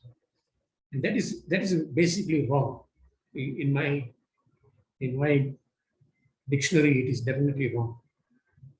Thank you so much for your kind clarification, Mr. Nawal. I'm of the same opinion as well. Thank you very much for that. The next question is, what are the most common labor rights violations experienced by migrant workers in Malaysia? I'm not sure if you're in a position to comment, but if you can, please do. Thank you. No, I think basically the migrant workers must join the union, because it is the union that will be able to give them the full protection in law. If there is no case, we will be able to tell him accordingly in the presence of well-informed persons at the JTK office or at the JPP office or whatever the nature of grievance is, and before the government department, where we are going to take step 1 into the domain of grievance, not procedures at the estate level, but into the act where we want to exercise our rights under the JPP or on the JTK. So we will definitely, wages, for example, unpaid wages, or we have a claim, we will go and file a claim. And the JTK officer will definitely call up both parties and he will ask, what is your reason for paying or not paying or whatever it is. So actually, the system is available, but if he is not a member, how do we expect to provide free service? Okay. The subscription that we are collecting in the union is 8 ringgit, for which 3 ringgit is already covered by the employer for a group insurance. So it's only 5 ringgit net that he is paying. So he definitely, when it comes to any grievance of any nature, we already have a foreign worker representative from the community he comes from in the committee. And we are also providing enough avenue for him to be represented at an appropriate forum where his problem will be solved. Thank If you so that's much, what we're Mr. supposed Nawa. to do, then that's what we will do. Thank you. The next question is, what is your view on decent living wage? Well, the decent living wage, you know, is magic's a $1 million question, right? In a sense, we are discussing this issue now. All right. We started with 900 and then we have moved forward. And we, at the last one, we had a problem created by the persons in authority at that time. So essentially, wages will depend upon the system of reckoning the wages. So take, for example, what is it that you claim to be the living wage in the country? As I said, there is urban, there is a rural area. But we will say, for example, the whole of Semenanjung, for the same kind of work, why do you have different rates of pay? A cutter goes out and he cuts the oil palm bunches, right? He cuts the subtending frond. Then depends on his and on the nature of duties. If he is going to carry the bunches, align it, and then throw the fronds for stacking, things like that, depends on the nature of duties. Then he will definitely want to raise his grievance according to what he really wants to claim. And that's what I'm looking at it from a very, very objective point of view. Thank you, Mr. Nawa. The next question is it true that migrant workers can't be office bearers in trade unions, and why? No, the two things that's important. The only restriction that we have is you cannot be an officer of the union. You can be a member of the union.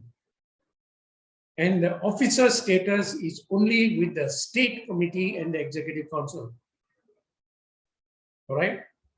He is fully represented at the estate level, in the oil mill level.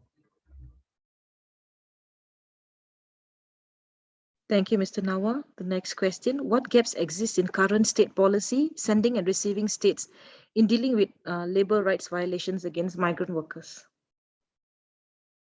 It is today, see, we had very good relations with the Indonesian embassy, especially the office in Johor Bahru. And we had all the grievances, everything. We will inform them and they will also come with us and they will go to the site in the estate. And we have always had very good working relations. But we have not been able to necessarily go and irritate them or anything like that. If we have a bona fide case And we want the embassy to intervene for action against the employer, which is within the jurisdiction of the embassy. Right. But there are many cases which we have acted on in the Ulu Kratong area, all right, in the God-forsaken area there. We had lots of people who were illegal migrant workers. And I think the embassy was grateful because when we pointed it out to them, they came with their entire team from the embassy to register them and give them travel documents and formalize them as proper bona fide migrant workers. Now, these are things which we do and we don't go about crowing about it. Because these are things which we know we can do, which we will do, but we have to do it very quietly so that the people's lives are important. What can be more important than a poor man who risks his life to come here to earn a little bit of money and send it back to his family? Can you see that? I've been to Lombok myself, together with my colleagues in the union.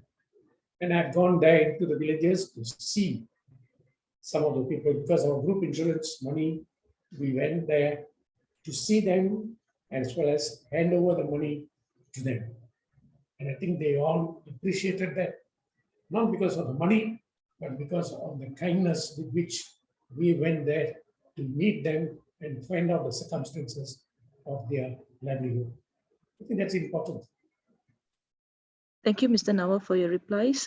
Just to check with you on your time, how much time do you have time to answer a few more questions, or would you like to end the session? We have another. We have about like 5 to 7 questions left. I leave it to you, Mr. Nawa, because we have taken up so much of your time already. But if you can, we welcome. But if you are unable to, we also understand. Thank you so much. Now, if it is only 5 questions, or if you club the questions, then I think I will get it over with later. Okay, thank you so much for your support, Mr. Nawa. So I'll very quickly, run through the questions and then select the most appropriate ones. Thank you very much. So the first of the 5 are, how are the linkages and networks between the unions and other NGOs who support workers? No, actually, we have had no quarrels with any NGOs per se. But I think they have a different route. And we can't always follow their route. Because we have a collective agreement. We have our steps of grievance procedures. And because of all that, they sometimes see these NGOs as making promises and trying to do things in industrial relations as they please. Now, we cannot go along that track. And there are some NGO people whom I know personally, they have spoken to me. I said, look, if I am required to go along a certain track on a contractual basis, then that is the track that I will have to take. Because if I don't, then I am now compromising the workers' rights in regard to this grievance redressal procedure. I can't do that. Mr. Nawa, so the second question, can migrant workers be transferred from East Malaysia to Peninsular Malaysia and vice versa? Thank you. I do not know as this being the case, but I do know that when they come into Peninsular Malaysia, they have been transferred from one estate to another estate, where their terms and conditions of employment are not compromised. Thank you, Mr. Nawa. So the next question is, national trade unions have national trade unions made any policy recommendations on stranded migrants or migrant workers altogether? If yes, what are these recommendations? No, if there are cases of stranded migrant workers and it is brought to our notice, we will definitely take the appropriate action in terms through the embassy or in terms of what the employers. And I think we have always sorted out their problems and the grievances. Now, what do you mean by stranded? Is he an illegal migrant worker? If he's an illegal migrant worker, then I think it will be difficult for us to make him legal. In the sense, I'm not the employer. The employer will have to then certify him to be a proper employed person, and then given the appropriate papers, and then he sort it out. But in a period of COVID now, with a labor shortage in the industry, I know there are a lot of people who want to work, but I think it is the remuneration packages are not attractive enough. That is the reality. Thank you, Mr. Nawa. The next question. How many ILO conventions with regards to freedom of association and collective bargaining has Malaysia adopted? I believe that you have actually already provided Yes. an overview in the slides just now, but maybe just a summary. What happens if industry requires, there's industry requirement to adopt ILO conventions which are not ratified by the government? No, but basically, you must understand the ILO system. ILO system, actually, it is the government that ratifies the convention. So it is the Ministry of Human Resources. For example, our minimum wage convention, which I think was ratified by, I think, Richard Ho, if I'm not mistaken. No, not Richard Ho. The South Minister, who was the Labour Minister for a while. I forget his name. He was the one who went and ratified the convention. Officially, he was there in Geneva during the June conference, and officially he made sure that all the protocol with regard to the ratification of the convention was done. So there's no question of some company or some individual or union trying to talk about ratification. Once ratified, then the obligation starts. After 1 year, we have to make sure that the convention is complied with. If there is a complaint against the misconduct of the government, then the complaint will be referred to the complaints committee in Geneva, and the ILO will look at it and say what is right and what is wrong. That's about all that it goes to. Thank you, Mr. Nawa. So the fourth question, migrant workers want to join the local union, but have lost their jobs because they joined the union. Can you comment on this? Thank you. No, this is, I think, a situation. If they have joined unions and if the employer stops them from work, he can definitely raise it at the estate level with the local committee, and definitely we will definitely go all the way.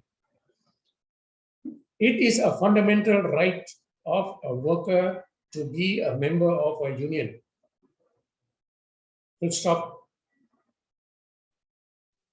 Thank you. Thank you, Mr. Nawa.